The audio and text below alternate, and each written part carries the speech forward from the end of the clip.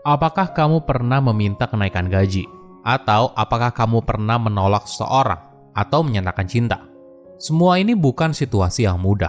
Ada satu titik dalam hidup di mana kamu perlu memutuskan apa yang harus kamu lakukan dalam menghadapi percakapan yang sulit.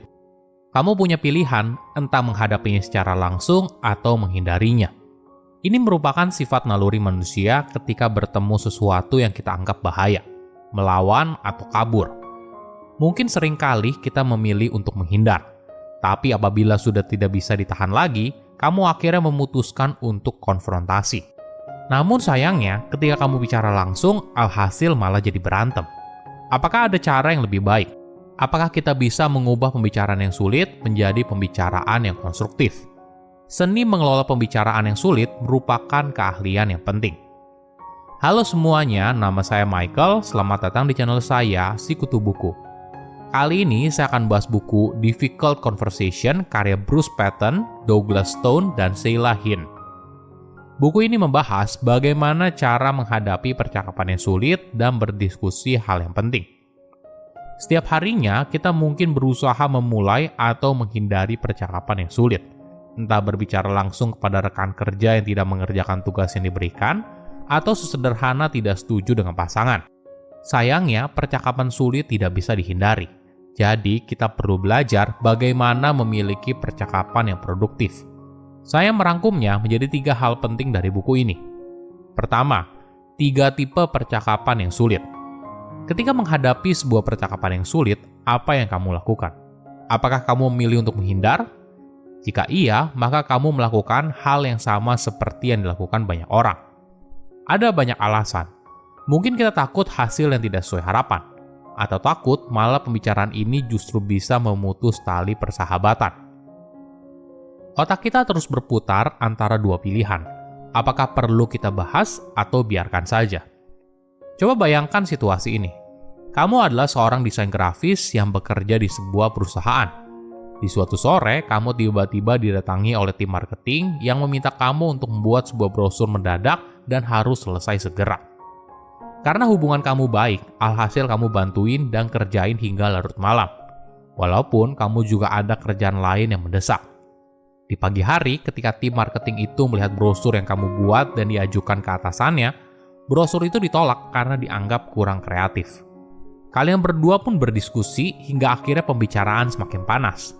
Beberapa bulan kemudian, hubungan kamu masih belum membaik. Apakah situasi ini familiar?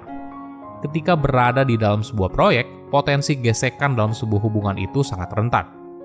Namun sebenarnya, di setiap pembicaraan yang sulit, terdapat 3 pembicaraan yang tersembunyi. Pertama, what happened conversation.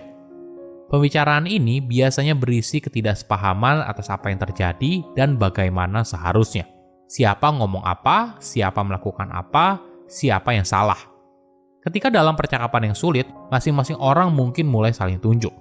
Kedua, feeling conversation. Setiap pembicaraan yang sulit mungkin berisi seorang yang bertanya-tanya, apakah perasaan mereka harus diakui atau dikesampingkan. Mereka mungkin juga bertanya, apakah mereka telah menyakiti perasaan orang lain. Terakhir, identity conversation. Percakapan internal diri tentang situasi yang kita alami. Ada perdebatan soal identitas diri. Apakah kita kompeten, apakah kita baik, apakah kita disukai oleh orang lain, dan sebagainya. Ketika hasil kerja kita dikritik oleh orang lain, mungkin saja hal ini membuat kita mempertanyakan nilai diri. Kedua, perhatikan apa yang kamu rasakan. Apa alasan seorang memulai pembicaraan yang sulit? Mungkin ingin membuktikan pendapatnya benar, mengungkapkan isi hati, atau mendapatkan apa yang diinginkan. Dengan kata lain, kita ingin menyampaikan sebuah pesan. Nah, bagaimana cara yang tepat agar pesan yang kamu ingin sampaikan tepat sasaran tanpa melukai perasaan orang lain? Bagaimana bila kita memulainya dengan berusaha memahami sudut pandang orang lain?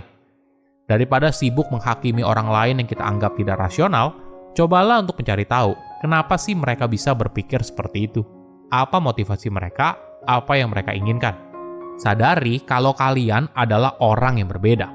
Jadi wajar saja jika pada akhirnya kalian punya kesimpulan yang berbeda. Yang paling penting, jangan menganggap orang lain punya intensi yang buruk atau ingin mengambil keuntungan dari kamu.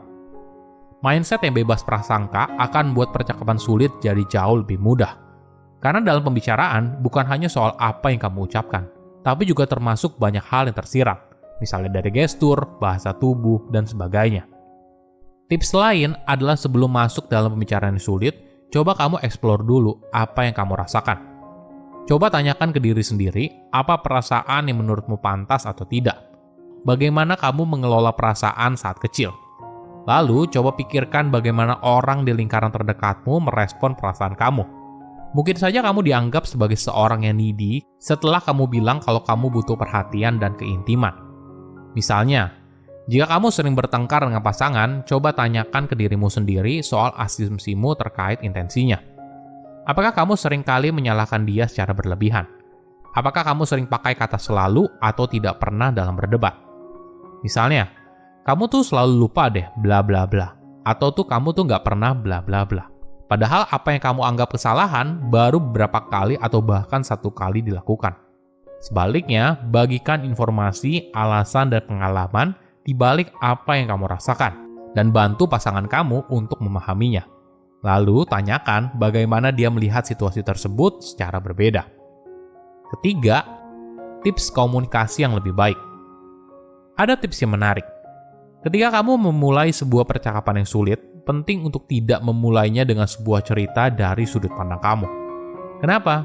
Bukankah kamu hanya ingin membagikan sudut pandangmu saja? Betul, tapi apa yang kamu lakukan justru bisa langsung memercik api sebuah konflik, karena beresiko mengancam gambaran diri seseorang.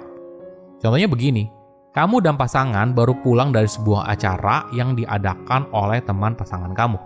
Lalu ketika kamu pulang, kamu bilang ke pasanganmu kalau apa yang dia katakan tentang kamu di depan teman-temannya membuat kamu jengkel. Bagi pasanganmu, apa yang kamu ucapkan bisa punya makna yang beragam. Bisa saja kamu merasa terhianati karena pasanganmu entah sengaja ataupun tidak berbicara tanpa berpikir. Alhasil, pasanganmu bisa saja menjadi defensif lalu bilang, kamu mah baper, biasa aja kok. Hal ini lalu memicu perdebatan panjang dan mungkin saja berujung saling menyakiti perasaan satu sama lain. Nah, bagaimana kalau kamu memulai sebuah cerita dari sudut pandang orang ketiga? Jadi kamu memulai cerita dari sudut pandang pengamat. Sebagai contoh, adikmu suka menaruh barang sembarangan sehingga rumahmu berantakan. Daripada langsung ngomel dan bilang, kamu mah nggak pernah taruh barang yang rapi. Bagaimana kalau kamu sampaikan cerita ini dari sudut pandang orang ketiga? Ya, saya tahu kita mungkin punya pandangan yang berbeda soal kerapian. Nah, dengan pembukaan seperti ini, lawan bicara tidak langsung merasa defensif. Jadi kalian berdua bisa bergerak menuju solusi yang win-win. Cek juga apakah solusi yang kamu tawarkan itu cocok dengan mereka, dan libatkan mereka dalam prosesnya. Dengan cara ini, kamu akan memahami sudut pandang mereka, apa keinginannya, apa kesulitan yang mereka hadapi, dan sebagainya.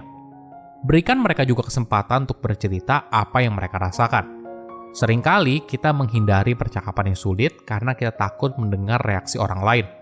Tapi ketika kamu mulai membuka diri untuk memahami sudut pandang orang lain, lalu menyadari kalau apa yang mereka rasakan sama pentingnya dengan apa yang kamu rasakan, maka kamu lebih siap dalam menghadapi percakapan yang sulit dan berusaha untuk menemukan solusi yang win-win, daripada hanya sibuk menyalahkan satu sama lain atau memuaskan ego pribadi. Silahkan komen di kolom komentar pelajaran apa yang kalian dapat ketika baca buku ini. Selain itu, komen juga mau buku apa lagi yang saya review di video berikutnya. Saya undur diri, jangan lupa subscribe channel YouTube Sikutu Buku. Bye-bye.